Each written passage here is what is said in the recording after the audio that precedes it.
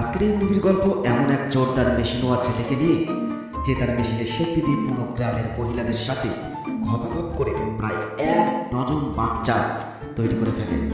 ভাইরে ভাই, পুরো মুভি শুধুই ঘপাঘপ আর ঘপাঘপ, কিন্তু এর পরের ঘটনা কি ঘটে তাই আমরা আজকের ভিডিওতে দেখব। তবে ভিডিও শুরু করার আগে আপনারা কে কোথায় থেকে আমাদের ভিডিওগুলো দেখছেন কমেন্টস করে জানাতে পারেন। আর ভিডিওটি ভালো লাগলে চ্যানেলটি অবশ্যই সাবস্ক্রাইব করতে একদমই ভুলবেন না। তো চলুন আর দেরি না করে আজকের মুভির গল্প শুরু করা যায়।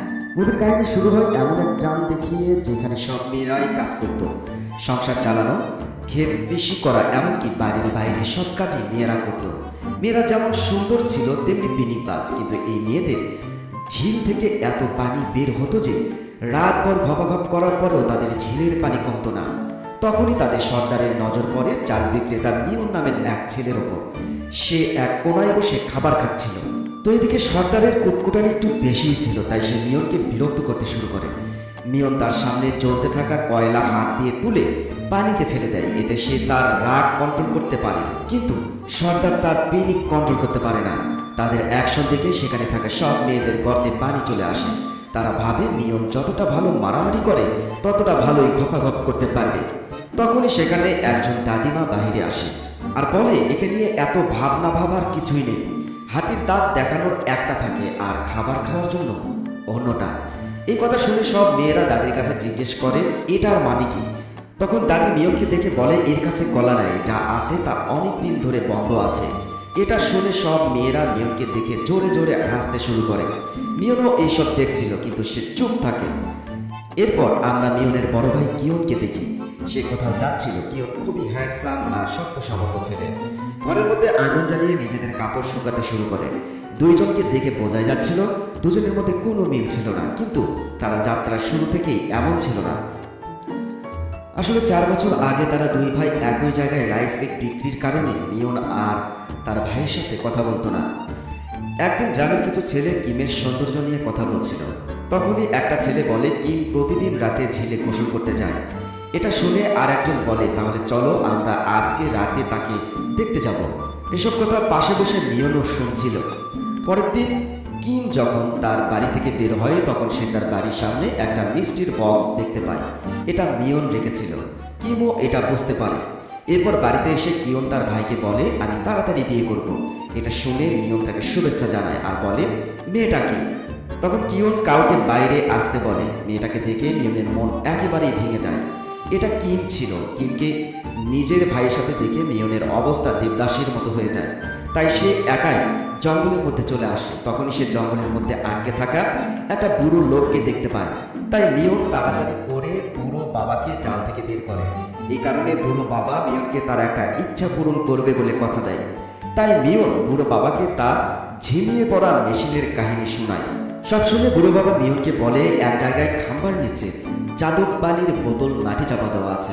তুমি সেখান থেকে এক ঢোক পানি খাবে, এর বেশি খাবে না, না হলে পুরো গ্রামের মহিলাদের গর্তে ব্যথা হয়ে যাবে। এর কিছুক্ষণ পর মিয়ন সেই জাদুর বোতলটা খুঁজে পায় আর সে এক নিঃশ্বাসে সব পানি শেষ করে দেয়। তো এইদিকে এই কথা পুরো গ্রামে ছড়িয়ে পড়ে। যেসব মেয়েরা আগে মিয়নকে নিয়ে হাসাহাসি করতো, তারা এখন মিয়নের সাথে ঘপাঘপ করার জন্য পাগল হয়ে যাচ্ছিল, কারণ তাদের হাজব্যান্ড বাড়িতে ছিল না। মিয়ন এসব দেখে অনেক বেশি খুশি হয়, কিন্তু এরপরও সে নিজেকে কন্ট্রোল করে। একদিন সোহাইয়া নামের এক মেয়ের গর্তে একটু বেশি সুরসুরি হচ্ছিল। মিয়নও তার নিজেকে কন্ট্রোল করতে পারে না, আর সে সুয়ের সামনে পেছনে এমন ঘপাঘপ করে যে সুয়ের অবস্থা একেবারে খারাপ হয়ে যায়। যখন সুই মিয়নের সাথে ঘপাঘপ করছিল, তখন বাইরে থেকে সব মেয়েরা তা শুনতে পাচ্ছিল। এই কারণে তাদের গর্ত খুলে যায়। তাই সব মেয়েরা মিয়নের বাড়ির সামনে লাইন দিয়ে তাদের ঘপাঘপের সিরিয়াল আসার জন্য অপেক্ষা করতে থাকে। আর এদিকে মিয়নও সারা রাত তাদেরকে ঠান্ডা করতে থাকে। পরের দিন মিয়নের মেশিনের খবর রাজকুমারীর কাছে চলে যায়।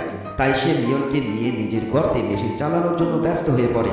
তাই পরের দিন রাজা মিয়নকে ধরে নিয়ে আসে আর সে মিয়নকে বলে, তোমাকে আমাদের বিরোধী রাজাদের সাথে একটা প্রতিযোগিতা করতে হবে। যদি তুমি জিতে যাও তাহলে আমি তোমার ভাইকে যুদ্ধ থেকে ডেকে নেব। রাজার কথা মেনে পরের দিন মিয়ন প্রতিযোগিতার জায়গায় পৌঁছে যায়। সেখানে তাকে এবং বিরোধী দলের একজনকে নিজেদের মেশিনের সাথে ভারী ওজন বাঁধতে হবে। যে বেশি ওজন উঠাতে পারবে তাকে বিজয়ী ঘোষণা করা হবে। মিয়নের বিরোধী তার মেশিন দিয়ে 30 কিলো ওজন তুলতে পারছিল। এখন মিয়নের পালা। কিন্তু মিয়নের মেশিনকে বিজয়ী ঘোষণা করা হয় আর তাকে রাজমহলে খাবার জন্য ডাকা হয়। তখনই সেখানে রাজার সেনাপতি এসে সবাইকে বলে কিয়ন যুদ্ধে মারা গেছে, কিন্তু তার বডি পাওয়া যায়নি। এটা শুনে মিয়ন অনেক কষ্ট পায়। এদিকে কিমের অবস্থা খারাপ হয়ে যাচ্ছিল, তার জ্বর কমছিলই না। তখন গ্রামের একজন ডাক্তার মিয়নকে বলে তোমার মেশিন কিমের গর্তে দিয়ে রাখলে সে সুস্থ হবে। মিয়ন এটা করতে চাচ্ছিল না, কিন্তু সে কিমকে ঠিক করার জন্য তার গর্তে নিজের মেশিন ঢোকায়। দেশি ডাক্তারের পদ্ধতি কাজ করছিল, কিম ঠিক হতে শুরু করে। এখন মিয়নের সবসময় কিমের দেখাশোনা করতেই চলে যায়। তাই গ্রামের অন্যান্য মহিলাদের মন অনেক খারাপ ছিল, কারণ মিয়ন এখন আর তাদের সাথে ঘপাঘপ করে না। এদিকে দাদিমা মিয়নকে সব কথা বলার জন্য অন্য রাস্তা দিয়ে যেতে থাকে। তখনই দাদি কিয়নকে দেখতে পায়, সে খুবই আহত ছিল।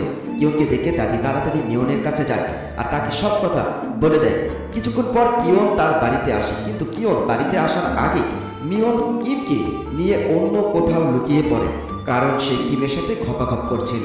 তাই সে তার ভাইয়ের সামনে লজ্জাতে আসতে পারছিল না। এদিকে কিমও প্রেগন্যান্ট হয়ে গেছিল, তাই সে আবারও অসুস্থ হয়ে পড়ে। এসবে বিরক্ত হয়ে মিয়ন নিজেই গ্রামবাসীর সামনে চলে যায় আর গ্রামবাসী তাকে জঙ্গলে জীবজন্তুদের মধ্যে ছেড়ে দেয়। এদিকে কিয়ন যখন জানতে পারে কিম মা হতে চলেছে, তখন সে অনেক খুশি হয়। সে কিমকে বলে তুমি তাহলে আমার ভাইয়ের সাথে বিয়ে করে নিয়েছ। তখন কিম বলে আমি মিয়নকে অনেকবার বিয়ের কথা বলেছি, কিন্তু সে করেনি। তাদের কথায় আমরা এটা বুঝতে পারি কিয়নও কিমকে এই কারণেই বাড়িতে এনেছিল যাতে সে মিয়নের সাথে থাকতে পারে আর তারা বিয়ে করতে পারে। এরপর আমাদের 5 বছর পরের ঘটনা দেখানো হয়। সেখানে আমরা মিয়নের সেসব ছেলেদেরকে দেখি। মিয়নের ছেলে হওয়ার কারণে তাদের কাছেও সেরকম পাওয়ারফুল মেশিনই ছিল। আর এখানে আমাদের আজকের মুভির কাহিনী শেষ হয়ে যায়।